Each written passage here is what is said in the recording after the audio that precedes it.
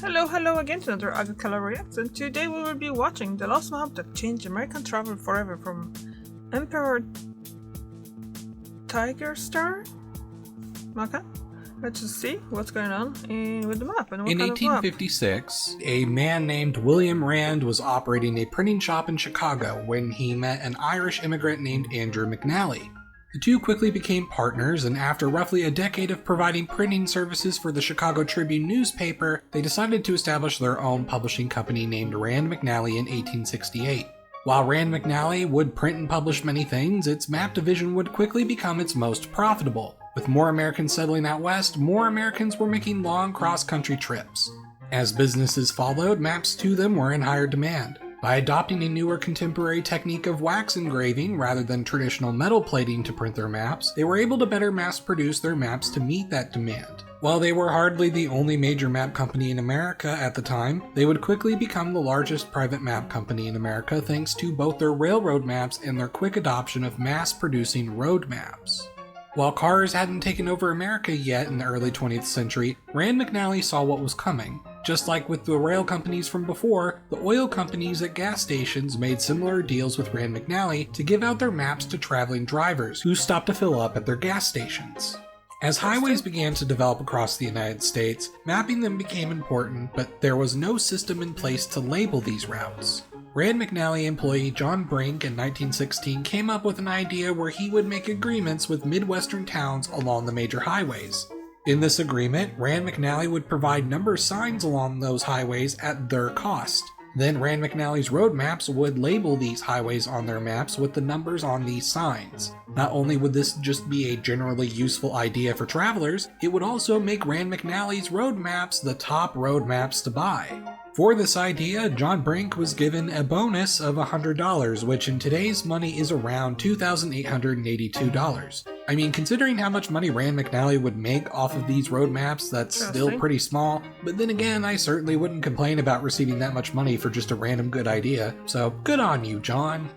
Rand McNally would release their first map with this numbering system in 1917, starting a series of road maps that would be known as their Auto Trails series. They quickly became popular, which would influence governments to adopt a similar system.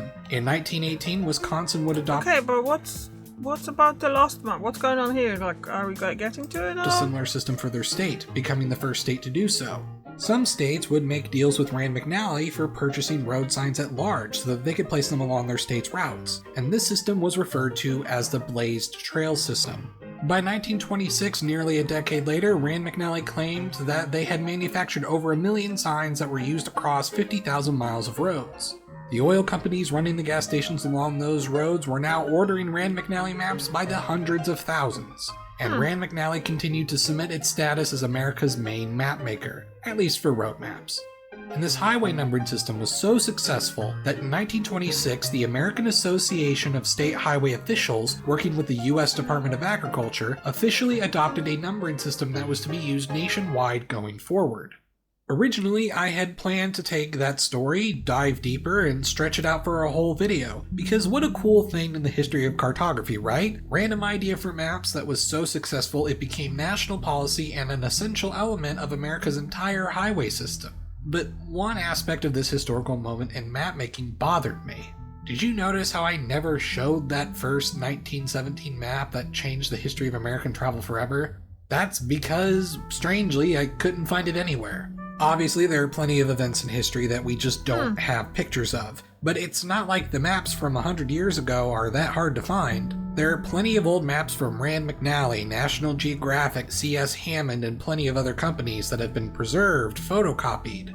Especially given the internet where there are entire websites dedicating to archiving images of stuff like this, the fact I couldn't find this historically significant map anywhere was kind of shocking.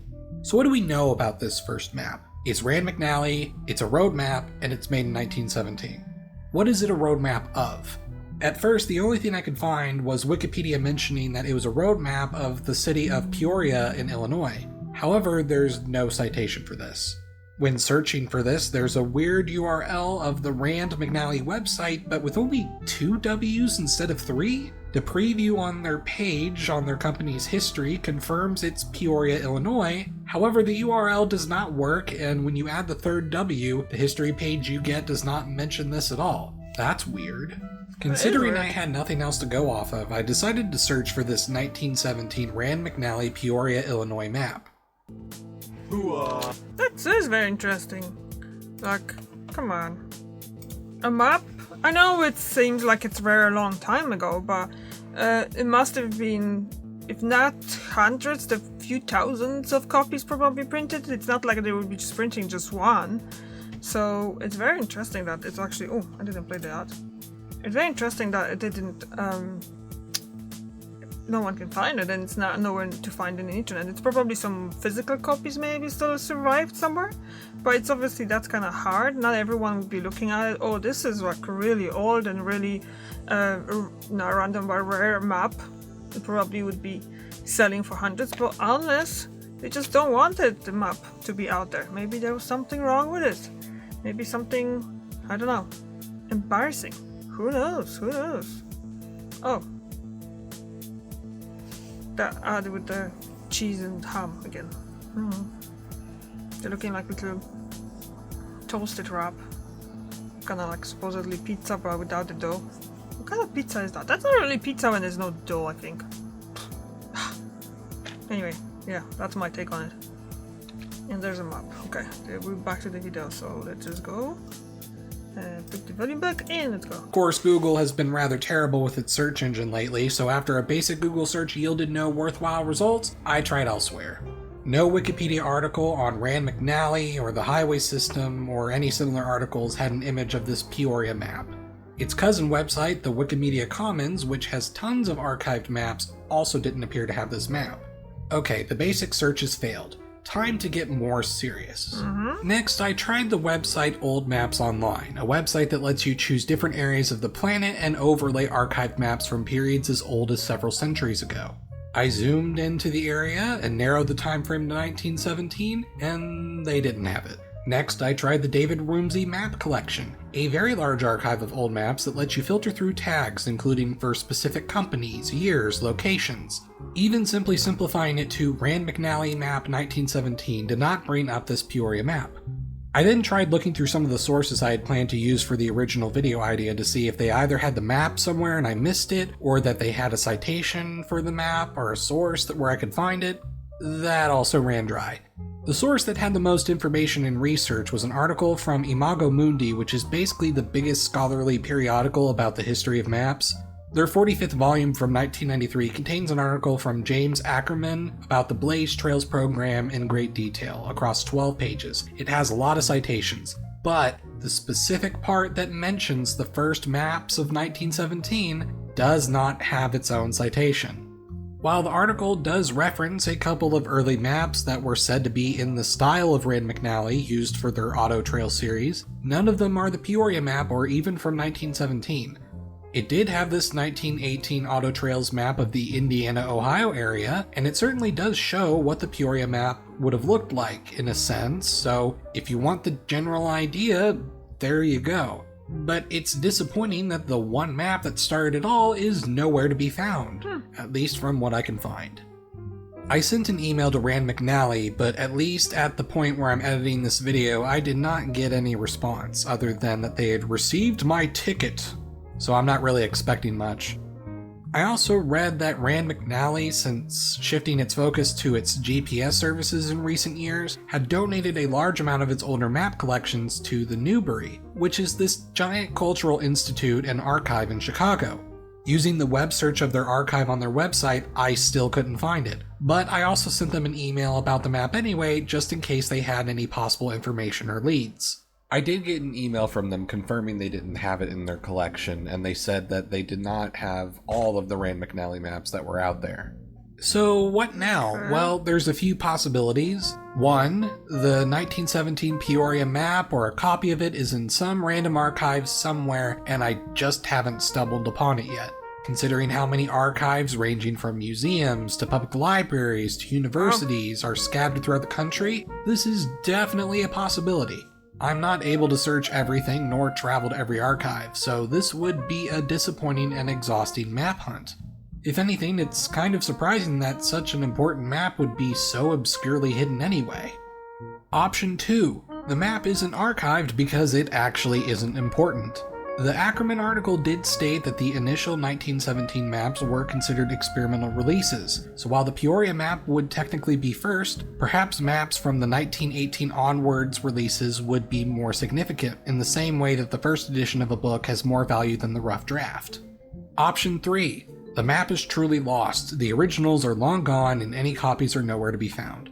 This is technically possible. Just because something is only 107 years old does not mean it's guaranteed to still be around. Considering the significance of this map, it would be sad if that's the case.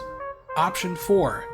The map doesn't exist. Companies lie a lot, and making up a story about how you inspired the highway numbering system with your ingenuity is certainly a way to build your brand and sell more maps. Even now in 2024, Rand McNally is still bragging about this, so it clearly means something to them. There are examples of companies falsifying or exaggerating their origins all the time, perhaps the most famous example being McDonald's, with Ray Kroc, its first CEO, claiming that he was the founder and that the first one was in Illinois, despite it actually having been founded by Maurice and Richard McDonald in California.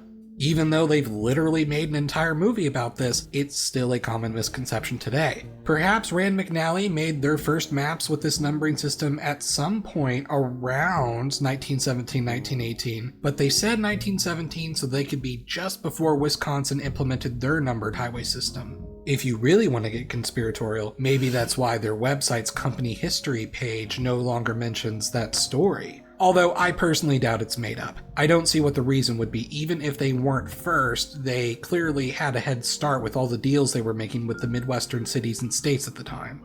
They still would have been very successful. But I suppose this is all technically a possibility. If anyone watching does know where I can find the map, please let me know. I'd be interested to read your comments. Please be sure to like the video because not only does that help my channel do well, it also helps recommend this video to other people who could potentially have an answer. In any case, I'm Emperor Tiger Star, and I'll see you guys next time.